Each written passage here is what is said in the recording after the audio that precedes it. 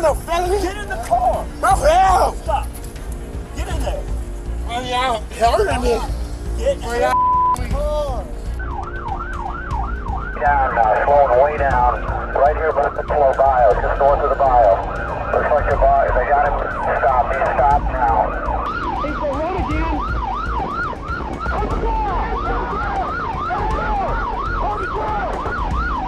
You got an ID on you? Just have this here.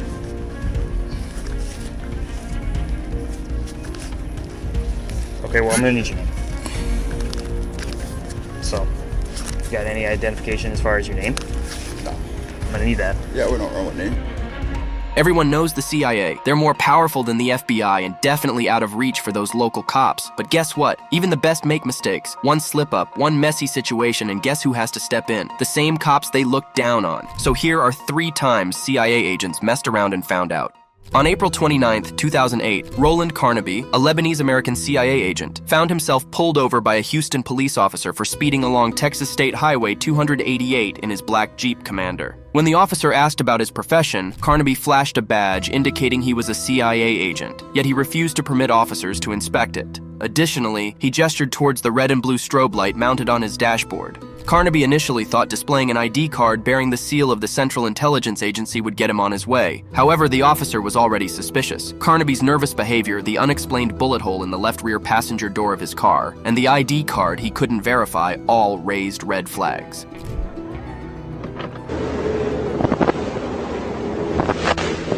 Let's see ID again. Not every day you stop somebody from the CIA. I'm not. Car plate. So, the officer checked Carnaby's license in his squad car and found a concealed handgun permit. This was unusual because federal agents typically don't need such permits. Pressing Carnaby for more proof of his connection with the CIA, the officer asked for Carnaby's supervisor and a contact number for verification, but Carnaby's answers weren't convincing. Instead, Carnaby made a call to someone he knew in HPD's Internal Affairs Division. The officer spoke with this acquaintance, asking if Carnaby was indeed employed by the CIA. The response was hesitant, possibly yes. However, this wasn't enough for the officer to let Carnaby go. Furthermore, the officer reached out to HPD's Criminal Intelligence and Major Offenders Divisions to verify Carnaby's credentials. There seemed to be some red flags associated with his name, but again, nobody was sure. Given the circumstances, the officer was advised to find a valid reason to arrest Carnaby because mere speeding wouldn't suffice. Apparently, Carnaby had failed to present his concealed weapon permit, which is against Texas law. So he was asked to step out of the vehicle, but something about this didn't sit right with Carnaby, prompting him to attempt an escape by speeding off. I've got one of our supervisors coming out to the scene right here. Can I get you to step out of your truck for me, sir? Step out of your truck for me. Step out of your truck for me, sir. Are you armed now?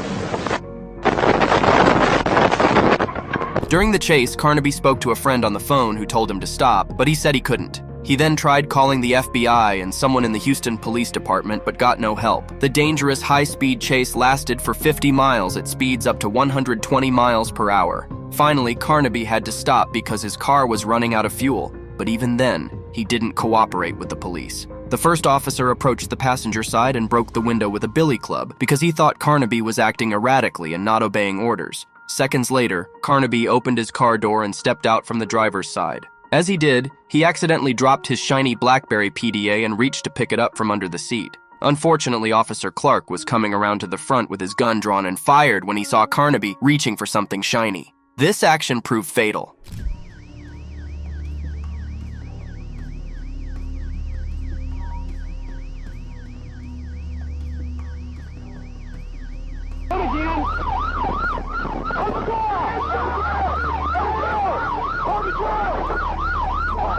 Carnaby ended up falling face down on the pavement, bleeding for 12 minutes until he was finally rushed to the hospital. However, upon arrival, he was pronounced dead. After the incident, the police force seemed divided in what they should say to the public about what happened. Carnaby's lawyer, Randall Callanan, wasn't convinced the shooting was necessary. He knew he was doing nothing wrong, so at that point, he knew it was an unlawful arrest. The facts show it was an unlawful arrest, and since he is in the CIA, he needs to protect his information and his sources, and he fled. He wanted to know why deadly force was used since Carnaby wasn't a felon, hadn't committed any serious crimes, and hadn't even pulled out a gun. Callanan also asked to videotape Carnaby's autopsy, but that request was denied. In fact, a gag order was placed on autopsy information, even though autopsy details in Houston are typically 100% open. He also suggested bringing in the Texas Rangers to investigate and the FBI to check for any tampering with evidence because the whole situation seemed odd and he doubted that the full truth would never come out. Internal Affairs conducted an investigation and found the shooting justified, stating the officers acted as they saw fit. The police officers' union backed them, claiming they made split-second decisions. Despite this, the officer who fired Charles Foster faced discipline for breaching conduct rules. In 2010, the case reached the U.S. Fifth Circuit Court of Appeals, filed by Susan Carnaby,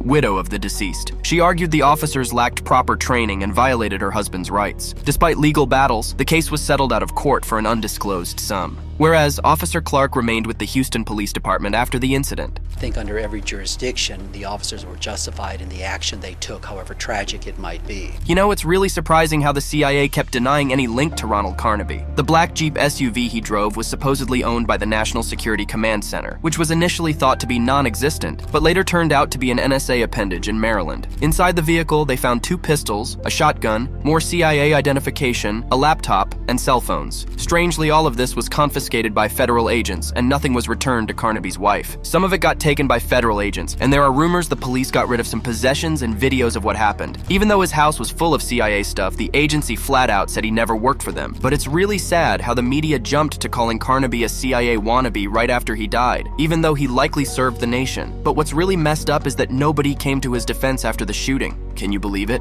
Carnaby's lawyer was furious that instead of assisting him, the officer simply handcuffed him and allowed him to bleed out and die on the pavement. It felt more like an assassination, something Carnaby likely anticipated. However, in this next case, the CIA likely didn't anticipate one of their own agents compromising their most sensitive information. But before we get into it, a quick like would be much appreciated. Meet Joshua Adam Schultz, a former CIA software engineer currently facing up to 80 years in prison for what's being called one of the most brazen acts of espionage in American history. Federal investigators are trying to find a CIA worker who may be a traitor. That person is believed to be the source of top-secret documents revealed by WikiLeaks last month. As if that wasn't enough, the U.S. government still has more charges to file against him in the future. In 2009, Schultz joined the Central Intelligence Agency, taking on a role as a software engineer at the CIA's Engineering Development Group, a team that's responsible for creating hacking tools. Schultz had a unique personality. He was outspoken and never held back from sharing his opinions, even if they clashed with others. Despite his concerns about individual privacy, he worked on highly classified cyber weapons for foreign intelligence and was bound by strict secrecy rules. Over the next 7 years, he worked on various projects within the CIA, gaining access to highly sensitive information and tools. But as time passed, Schultz grew increasingly dissatisfied with his work environment because colleagues wouldn't tolerate his opinionated and arrogant personality. As a result, he was transferred to a different branch. However, this change didn't sit well with Schultz, prompting him to leave the CIA in late 2016, but not without brewing up a plan for revenge. When Schultz was relocated, his boss revoked his privileges to work on a project he had invested a lot of time in. Schultz perceived this as retaliation, although it was simply because he wasn't assigned to that project anymore.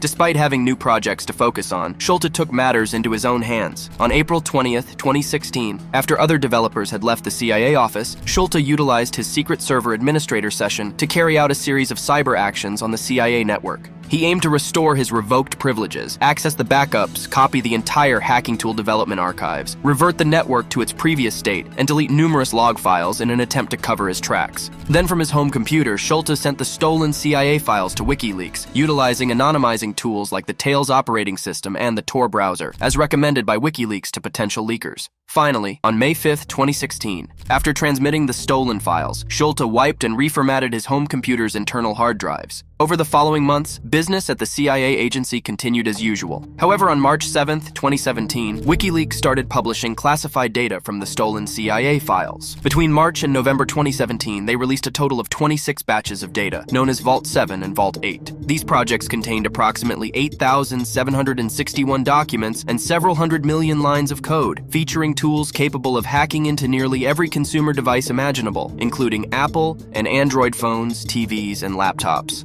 Once compromised, these devices could be used to activate microphones and cameras. This leak turned out to be one of the largest breaches of classified information in U.S. history. The CIA has already been embarrassed after former employee Edward Snowden leaked classified information which revealed top-secret global surveillance programs. He now lives in exile in Russia under threat of prosecution in the US. The latest data dump, which hasn't been authenticated, claims the CIA developed a malware to infect Android and iPhones to allow easier surveillance, but lost control of the technology. This would allow the CIA to steal data from targets overseas and turn ordinary mobile phones into surveillance tools. And having lost control of the technology, hackers worldwide could use the program to steal data. It severely undermined the CIA's ability to gather foreign intelligence, jeopardized the safety of CIA personnel and programs, and incurred losses totaling hundreds of millions of dollars. It was so serious that the former CIA deputy director called it the digital Pearl Harbor. Eventually, the agency launched an investigation and found enough evidence to confirm that Schulte was behind the data breach. Prosecutors also revealed that Schulte had received thousands of images and videos of child sexual abuse. This material was discovered in Schulte's New York apartment, stored within an encrypted container protected by 3 layers of password security. At the FBI's request, NYPD officers arrested Schulte, and on July 13, 2022, Schulte was convicted at trial of 8 federal charges related to what was described as the largest theft of classified information in CIA history. Additionally, he was found guilty at separate trials on March 9, 2020 for contempt of court and making false statements, and on September 13, 2023 on child pornography charges. Finally, Joshua Adams Schulte was sentenced to 40 years in prison for his involvement in espionage and child pornography offenses. Moving on to the next case, we have an ex-CIA agent accused of drugging and sexually abusing unconscious women. Meet Brian Jeffrey Raymond, a former CIA officer and longtime spy for the United States. He lived in government-paid housing in Mexico City, where he worked out of the embassy and spoke fluent Spanish. In May 2020, Mexico City police responded to a call about a naked woman screaming for help from Raymond's apartment balcony.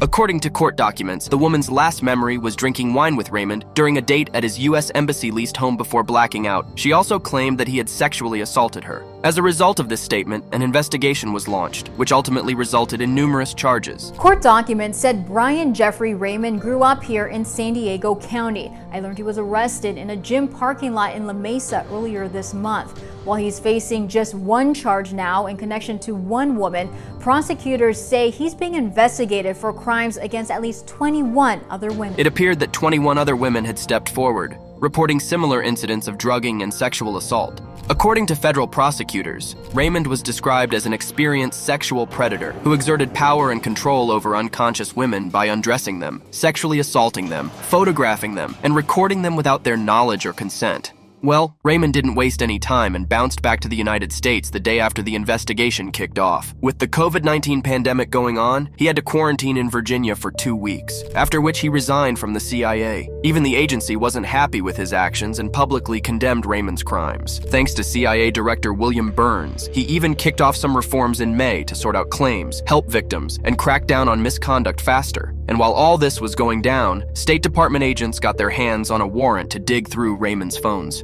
Surprisingly, upon examining Raymond's devices in iCloud, investigators found nearly 500 videos and photographs of naked and unconscious women. Among these, many show Raymond touching the victims, including opening their eyelids, groping, or straddling them. These disturbing images dated from 2006 to various stages of Raymond's career, with victims identified in locations such as Mexico, Peru, and other countries. In fact, Raymond tried to delete these pictures and videos when he became aware of the search warrant, but eventually, the authorities managed to recover everything. Law enforcement also found some disturbing Google searches. These included phrases like passed out black girl, deep sleep, Ambien and alcohol side effects, and vodka and Valium. Furthermore, his YouTube history contained several videos showing unconscious or passed out women. Raymond even attempted to buy chloral hydrate from an online pharmacy, claiming it was for his insomnia. Finally, in October 2020, Raymond was arrested in San Diego. Since then, he has been held without bail in a Washington, D.C. jail for over 3 years. Later, he admitted guilt to 4 of the 25 charges he initially faced, which included sexual abuse, abusive sexual contact, coercion and enticement, and transportation of obscene material. If found guilty, Raymond could face a prison term ranging from 24 to 30 years, along with mandatory restitution of $10,000 to each victim. But then Raymond's lawyer discovered that the way law enforcement agents seized his iPhone and many other evidence was potentially flawed and unconstitutional, suggesting arguing they may have violated his rights.